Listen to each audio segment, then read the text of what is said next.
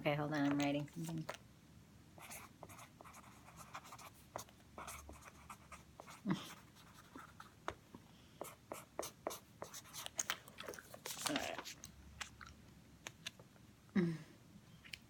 Sorry, my handwriting is pretty sloppy. That's course correction number 3. All right, this is for the 444 Hearts Challenge. I did not make a video yesterday. That was on purpose. It was midnight, maybe 11 p.m. I had time, decided to wash the dishes instead. I played a show yesterday at People's Cider in Grand Rapids, Michigan. Cool little cidery, mostly tips based, so not a lot of money in it, but just wanted to, I don't know, play that show. And I did, and it was fun. I do have to be careful how many of these low-paying shows I put a lot of time and effort into. Definitely getting kind of broke. Even our tour for Cloudlight was very, very low-paying. You know, like paid the gas, but it doesn't pay to be off work. So,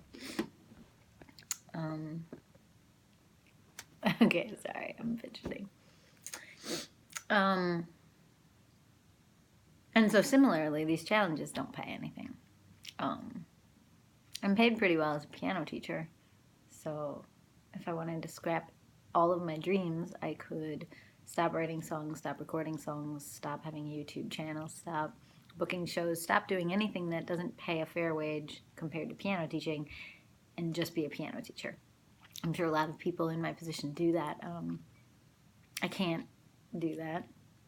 I feel put on this earth to do what I'm currently doing. As hard as this may be to hear from my piano students, I don't feel put on this earth to teach piano. I feel like that is a trade that I learned, and since I've been doing it for over a decade now, I'm actually pretty good at it. But I think that's a myth that our jobs that we make money, like full-time money off of, should be somehow like 100% personally fulfilling. So it is a luxury that I do all these other things, that instead of resting and watching Netflix and having a peaceful life, it's hard to remember to see it as a luxury, but it's a luxury that I'm following, pursuing my art, pursuing my craft, that I'm using my free time to do more work. But it doesn't pay. This was not meant to be a pitch for Patreon, but if you want to help me not be poor, patreon.com/JessicaandTheRainbow, you can become like one of my inner circle fans. It's like a little fan club, and I send packages out to some people and just behind the scenes thoughts and stuff. Anyway, back to what this was supposed to be about. Course correction number 3 is because, Sunday night I had that show, which I prepped for right up till, waking up in the morning, prepping, playing the show, loading all this gear, a full van load of gear, unloading it, all that, And I just brought up that it's for very little pay because, I don't know, maybe I want you to sympathize with how hard this path is. Not just for me, but for almost anyone doing this. But also the night before, I was in a benefit show for, I did the Fiona Apple album, When the Pawn, ... And, that was practices once or twice a week and all of that unpaid. And that's not why I'm bringing this up. Anyway, but my whole weekend was spent working, not at things that really pay. And for part of the weekend, I did continue to also work on these unpaid challenges, which is the 444 Hearts thing, and release a song every day. And I think yesterday, after my show, and it went well, and it was nice connecting with people, and I was like, I love doing this. Like, I've been more online lately than I've been out in the world, and which I've actually been enjoying. But this was very affirming to actually interact with people in real time at both shows. It was also really fun to like rock out as Fiona Apple and feel like an actual like rock star, because people were like screaming wildly most of the time, and it's a big venue, so it was weird. That's not the reaction I get for my solo stuff. Sometimes for Cloudlight. Anyway, the eye roll is at myself because I'm rambling. I bring all that up because I think that's why last night I was like,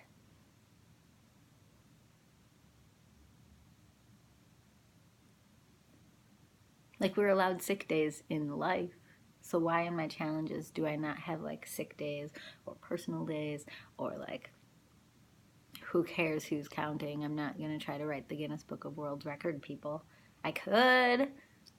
I know some people have done 365 songs and 365-day challenges before, but I don't know anyone who's done like 4 really epic year-long challenges back to back to get through a presidency.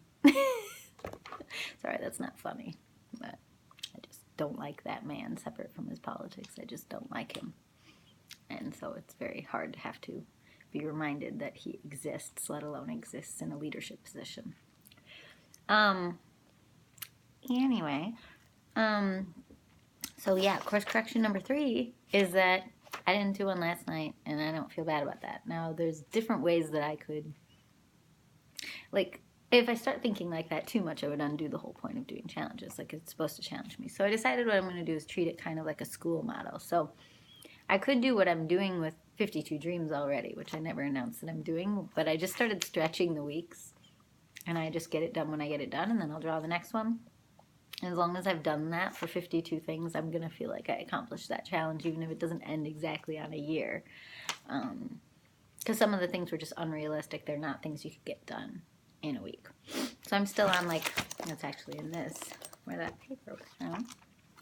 Yeah, I'm on, right, so like, work on finished lo-fi albums turned into 2 weeks, and that's how I got the album Michigan Dreams done.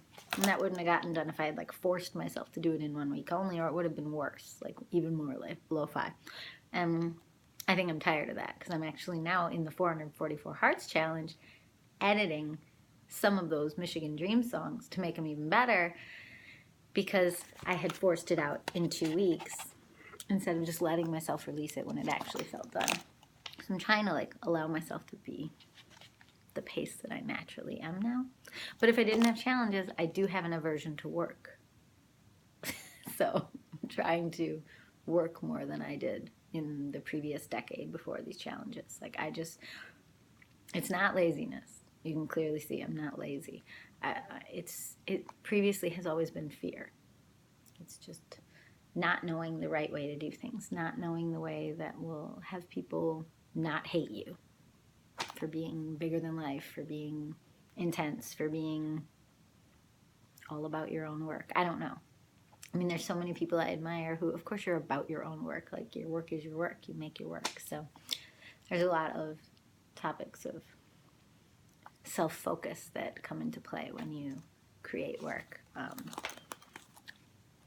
And that's what made me wrestle with, well, then maybe I should change my work to sound like other people. And then later, once I couldn't do that anymore, then I was like, well, then maybe I should use my work to collaborate with lots of people. But that also kind of derails the work. It also puts things on other people's timelines. So unless it's like a band or 1 or 2 people that you really vibe with or feel like have a similar goal or sense about music as you do, even collaborating is not totally for me, not long term anyway. Maybe situationally, but anyway, random. So, as you can see, this is turning into like a check-in video for like multiple things. As you can see, week 26 is the one I'm on, but I'm probably really at week 28 by now. I just haven't been able to finish this. I put up the overture for The Believers, but The Believers is the musical that I wrote when I was in college, and it was a slight FU to the college. Sorry, guys, but I went there specifically to get a Bachelor of Arts in Songwriting, and they made me wait 2 years to submit the proposal for that. But someone at the admissions thing had said it would pass, and then, 2 years into that school, they didn't approve my proposal for a Bachelor of Arts in Songwriting because they liked the sound of, or the value of, my current trajectory, which was a Bachelor of Arts in Music for piano performance and a Bachelor of Arts in Theater for dramatic literature and an English minor, and they thought that was better. And if I had been a tougher person back then, I would have said, I don't care that you think it's better. I want a Bachelor of Arts in Songwriting. That's the reason I came here. So, Lawrence University, great school, but a couple experiences like that were very demoralizing. So, listen to your students. If they tell you what they want and what they're trying to do with their lives, listen to them. Okay. Yeah, I've always been too sensitive. I've been very pinballed by people. Anyway, that's one of the topics in the musical, because there's this comedic parent duo who like calls the lead girl rudderless. It's a semi-autobiographical musical, and she's rudderless, and they keep like, you know, she's bouncing from guy to guy, she's bouncing from situation to situation, and they're worried about her, and so cute. A little bit based on my parents. Anyway, oh yeah, so I just haven't prioritized this. I've been too busy. But I found them all. I'm halfway done with this one, and it's taken me 2 weeks already. So yeah, this 52 Dreams thing just might stretch out a while. But I might actually call one of the weeks like doing the cover band thing for the Fiona Apple thing, because like that was a dream. I wanted to do one of those tribute shows at the Pyramid Scheme. It's one of my favorite venues. It's a very cool place. It's a very music loving place. It's a very great community. It's where I played when I opened for Galen Leah. Yeah, I think that was one of my dreams. We're going to put that in here. Anyway, okay, back to course correction number 3, because this is actually how my mind works. So why am I trying to make these thematic and organized? I'm not organized. I am as organized as somebody can be, you know, with keeping track of things for as many things as I'm constantly creating. That's my little motivational speech to creative people today. If you're a creative person, the easiest way to get organized would be to stop creating things. So if that sounds crazy to you, since the world is founded on ingenuity and creativity and invention and evolution and doing new things and coming up with, you know, I don't know, make a festival, organize house shows, do new things that bring people together. It's like, that's all creative. Stuff within families. I mean, I don't have a immediate family, like I don't have kids, but like I imagine it's the same thing, like creating. I mean, I've seen people make epic Christmas presents even, or, you know, all these like homemade calendars, all kinds of things that are like creating, and all of that is messy.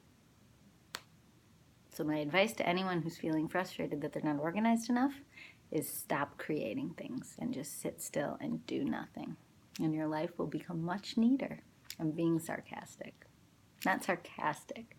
I'm saying an accurate truth. That the easiest way to streamline your life is to stop doing things. So, if you instead can adjust your comfort level with mess, let's see if I have mess going on right now. That plant is dying. I tried to save it.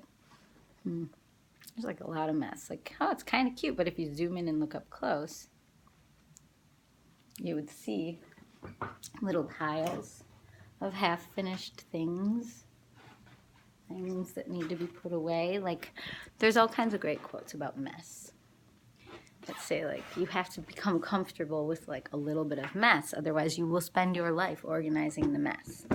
And you will come to feel that the organization is more important than the making and the doing of things. Like, that's just true.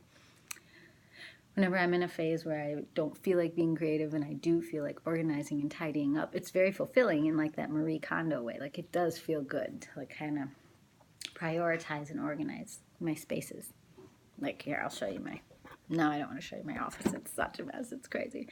So I think those phases are important. But it's just as important, if not maybe more important, to then, you know, find what's your threshold. Like, where are you? Like, okay, it's tidy. I'm fine. I need to like think about like, I don't know. If you like creating things, I don't know. Maybe not everyone does. Oh, I still haven't talked about this. Days off.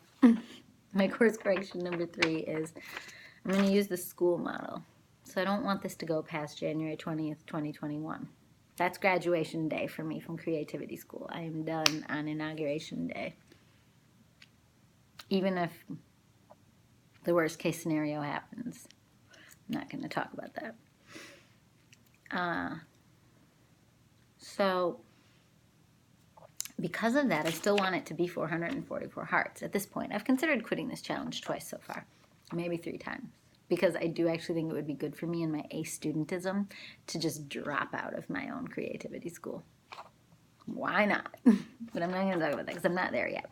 So far, I'm still finding this very useful. It's helping me get a lot of things done that I've wanted to get done and that I've not been organized enough or fearless enough to just do. And so the challenge kind of gives me permission to just do. So what I'm going to do, course correction number 3 is, well, I'll write it. I don't want to get ink on this table. It's not even ours. Course correction number 3. Now it's on my uke. Course correction number 3. Days off are allowed anytime,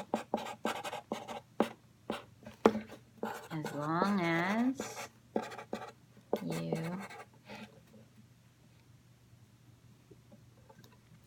I don't know what words I want to use for it. Make up the work, catch up. As long as you I like makeup. As long as you make up the work. So,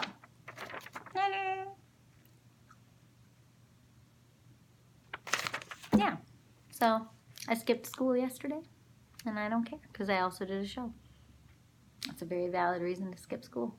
But I missed the assignment, and now, today, I could do 2, or if I'm still fried, Tuesday I could do 3. And if that's not possible, I could take off Tuesday too. And then Wednesday, I could do 2 that day, and then 2 Thursday, Sunday, Monday, Tuesday, and 2 Friday. Yeah. So I could take off today. I took off yesterday. I could take off today. I could take off Tuesday. And then I could do 2 a day for 3 days. Yeah. Or I could just have 1 day that I suddenly do 4. I don't know. I've needed this thing. So this is why this challenge so far has been probably my favorite and least favorite. But the 365 days, a lot of I was writing a song every day, so it was the most free-flowing. But I was also just so scared of everything and everyone and every word out of my mouth. Like, it was just crazy to suddenly be so public after not being public. So, yeah. So I think that's why I followed that one so strictly. I did feel like I had something to prove, and I really don't feel like I have anything to prove anymore. Like, nah, I can tell you my accomplishments. I don't. It doesn't do anything. Doesn't mean anything to most people. I'm just here. Like, I don't know. I've received a lot of affirmation and kindness from people in my social media networks lately. So for anyone who's anti-social media, I think that the reason I'm not anti-social media is because it is a reality of current culture. So because it is a reality, how can we work with it to make it not a mental health negative? And so what I've learned I've had to do is look at the areas where I'm about to start spinning BS. And I think we all do it, where you just want to, let's just focus on this positive, or let's just share this one really nice picture. And there's absolutely nothing wrong with doing that. I actually think that makes social media very peaceful. And conversely, some people use it just like as a soapbox for politics or whatever. And maybe those people, it's like ripping the Band-Aids off of societal things. I like ripped my own hair. So I can see the value in that. I can see the value in both, but I can see why they're at odds. My biggest lie that I've been told was that with the music career, we don't really make much money. We hardly make money for any of this, but that's okay. It's not okay. I would like to make more money. Hello. If you have lots of money and you think I have value, feel free to join. I'm not even going to bother to put the type in because I don't really know how to do it, and I can't keep up with my own creative moments. But it would be fun if I put patreon.com/Jessica in the Rainbow. I think there's another one, buymeacoffee.com. I think it's like Jess in Rainbow. No. I don't know.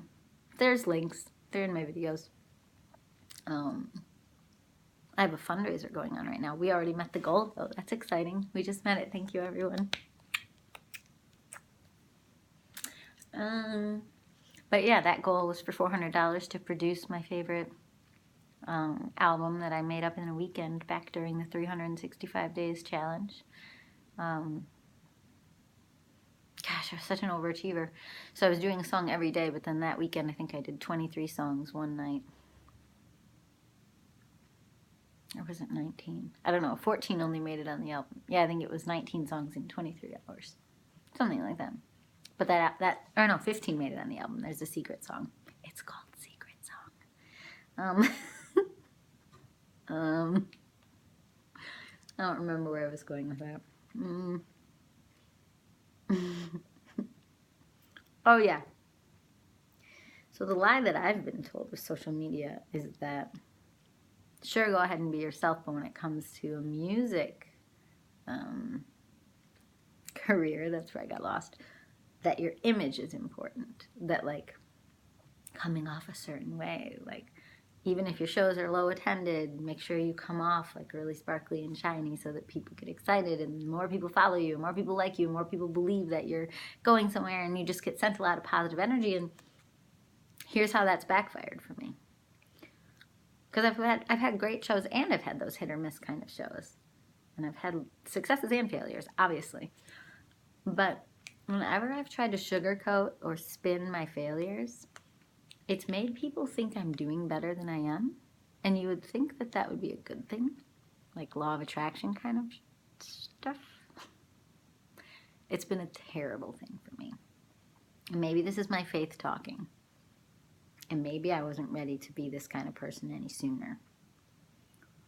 But if you need help, like help having more attendance at a show, or help financially, or help in any way whatsoever, how does hiding the fact that you need help you? Like, I need help. I need lots of help. I can't bring this much into the world in an even sloppy way. Oh yeah, me and my friend, we just dissected the word sloppy, so I'm not going to use that about my music anymore, or maybe even my own being. His word for it was intuitive. I'm very intuitive.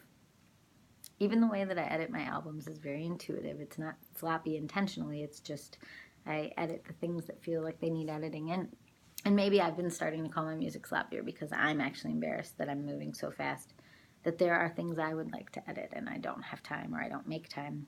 No, I don't have time. I have too many ideas and too many dreams.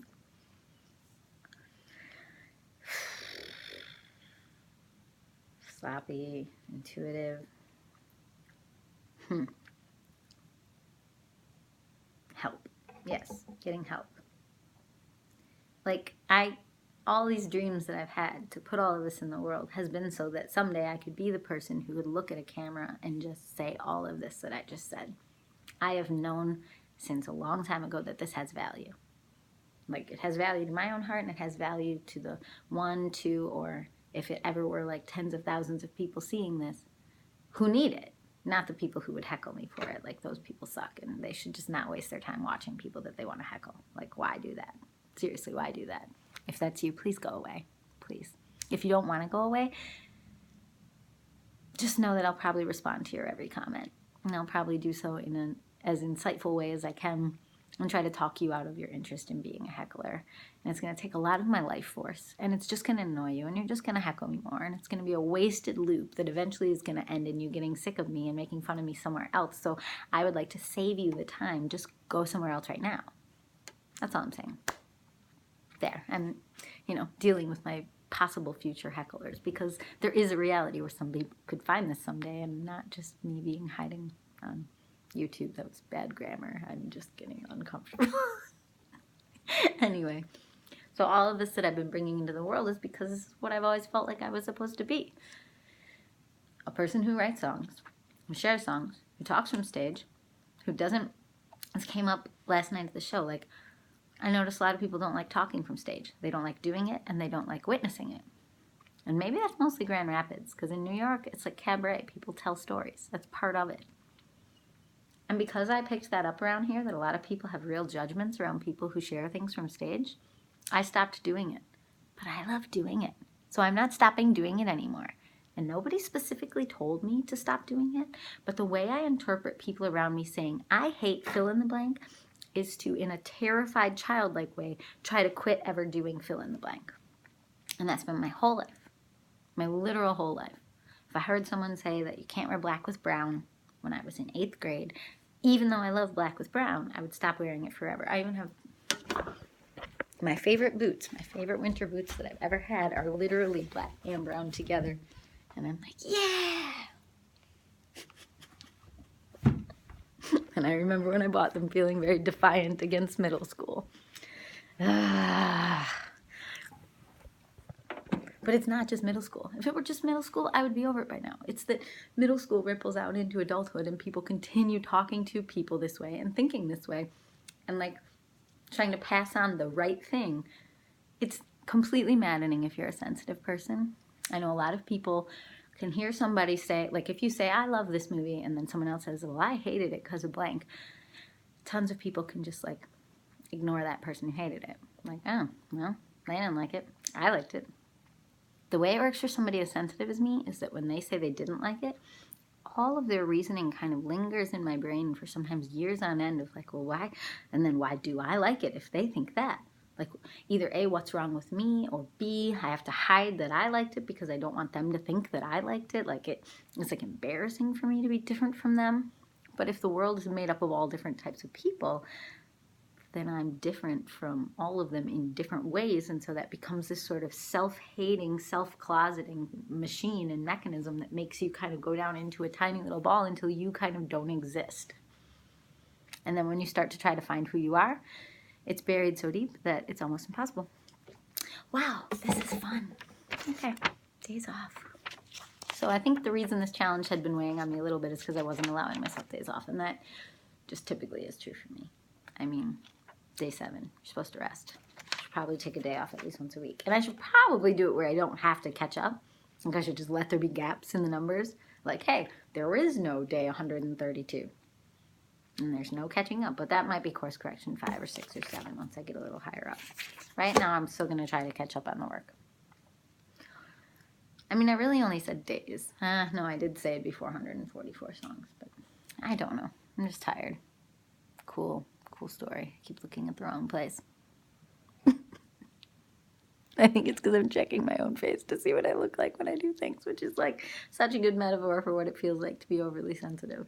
Like I'm afraid to just look at it and like not know if I look really weird right now.